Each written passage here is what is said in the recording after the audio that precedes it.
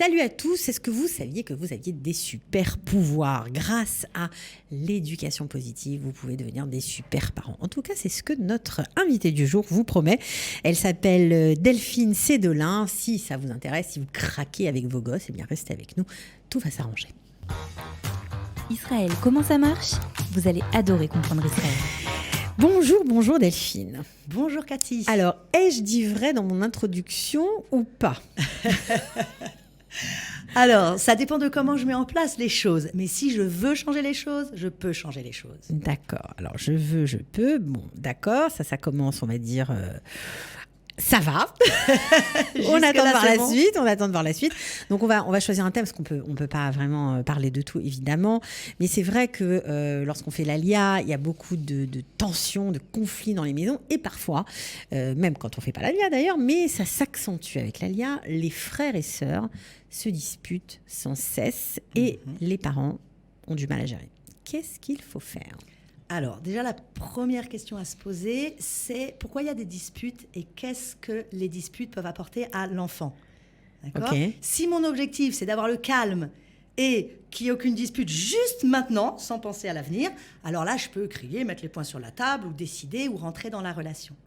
Si mon objectif, il est de donner des outils à mon enfant, à mes enfants, pour que quand ils soient ensemble ou quand ils aient des disputes avec d'autres enfants, ils sachent gérer ça même quand je ne suis pas là. Par exemple, dans la cour de récré israélienne, exactement, où c'est vrai que c'est pas coton, on va dire. Hein. Ils n'ont pas peur de se frapper, de crier, de s'insulter. Ça va très loin parfois. Ouais. D'accord ? Donc ça veut dire que mon enfant, il faut qu'il sache un petit peu qu'est-ce que je fais dans cette situation-là. Quand je me fais agresser à l'école, comment je vais réagir. Ok. D'accord ? Donc, la première des choses, c'est de partir du principe que tout apprentissage est un processus, d'accord ? Et que parfois, moi, en tant que parent, quand je vois mes enfants se disputer, j'ai tendance à intervenir peut-être un peu trop tôt. Et que parfois, si simplement je reste en retrait et je les laisse, le processus va se terminer et ils vont se rabibocher. Alors, on n'intervient pas dans les disputes, c'est ça ? Pour les laisser se gérer tout seuls ? Exactement. Alors, c'est ça les outils quand on est dans la cour d'école Alors, déjà la première semaine, en général, je demande aux parents, essayez pendant une semaine de ne pas rentrer dans les disputes. Par étapes, ok. Maintenant, quand ça en arrive aux mains, souvent les parents ils ne peuvent plus tenir et là ils interviennent, d'accord ? Mais parfois, vous allez être surprise si vous essayez de voir que la majorité des disputes, ils n'en arrivent pas aux mains. Et à la fin, ils trouvent leur solution eux-mêmes. Maintenant, quand je dis ne pas intervenir, ça ne veut pas dire que je m'en fiche. D'accord ? Ça ne veut pas dire que quand il y a une dispute, je m'en vais. Non. Je suis là, je jette un œil, je regarde. Et après, je peux donner les outils, pas forcément pendant la dispute.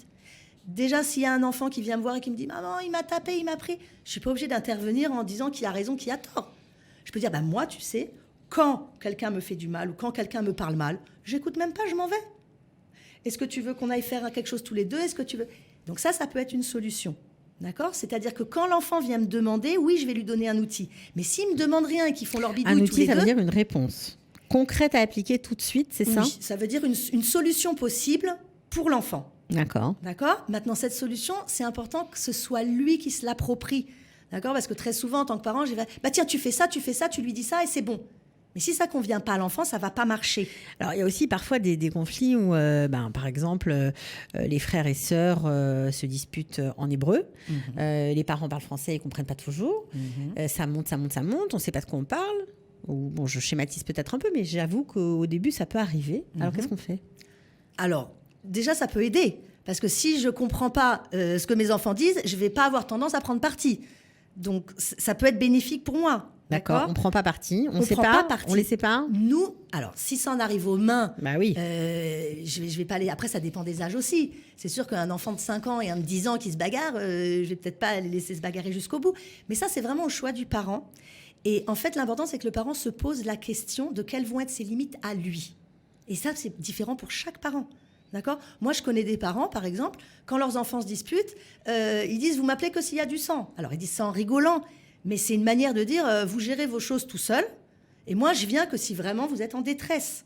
Alors maintenant, il y a aussi des conflits entre frères et sœurs, ou entre frères et frères, ou sœurs et sœurs, qui qui sont, on va dire, disproportionnées parce que l'un des deux frères est plus grand, plus fort, et qui a tendance à avoir la main un peu leste avec sa sœur, ou alors vraiment à pousser violemment sans vouloir faire mal. Mais parfois, ça donne-moi ton jeu, des disputes basiques, mais ça finit ou ça peut être dangereux. Alors, ce que je peux vous dire, c'est que plus les parents ont tendance à intervenir, à prendre parti et à vouloir trouver eux-mêmes les solutions, sans coopération avec les enfants, il y a plus de disputes.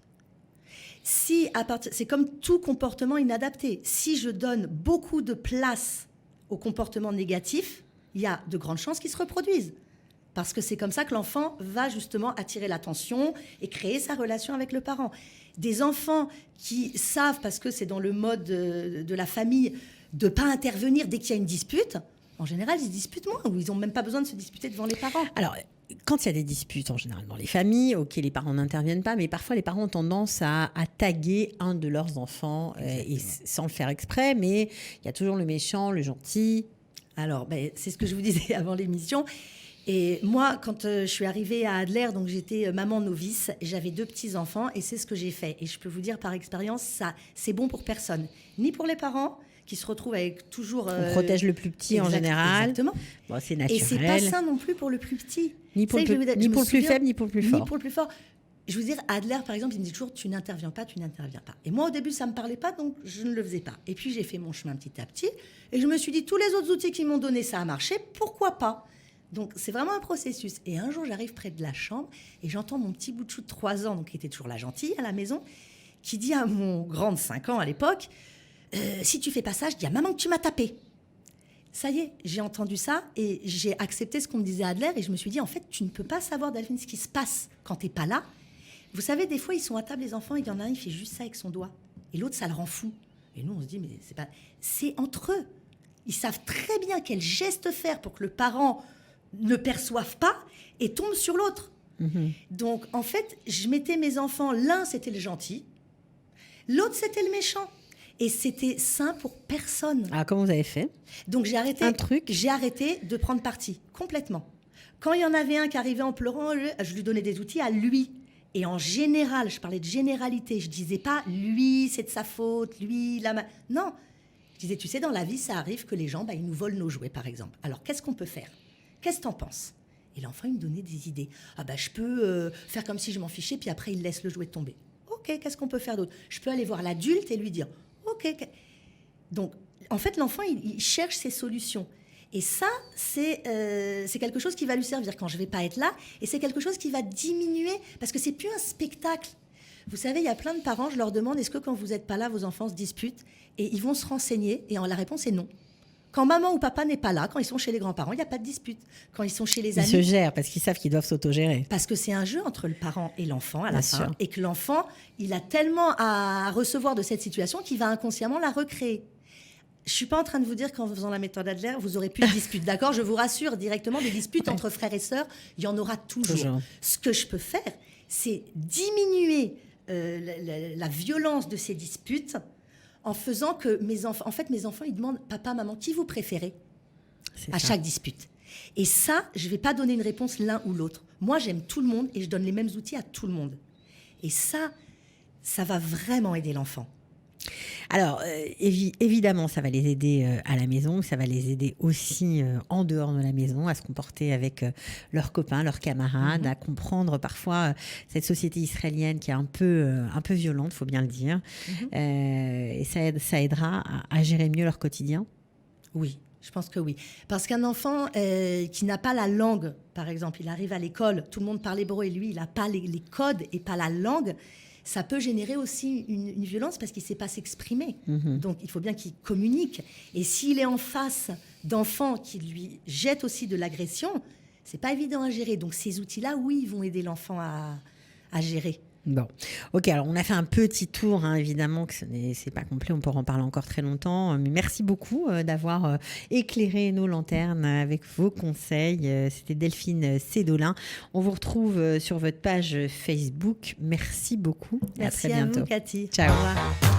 Israël, comment ça marche ? Vous allez adorer comprendre Israël.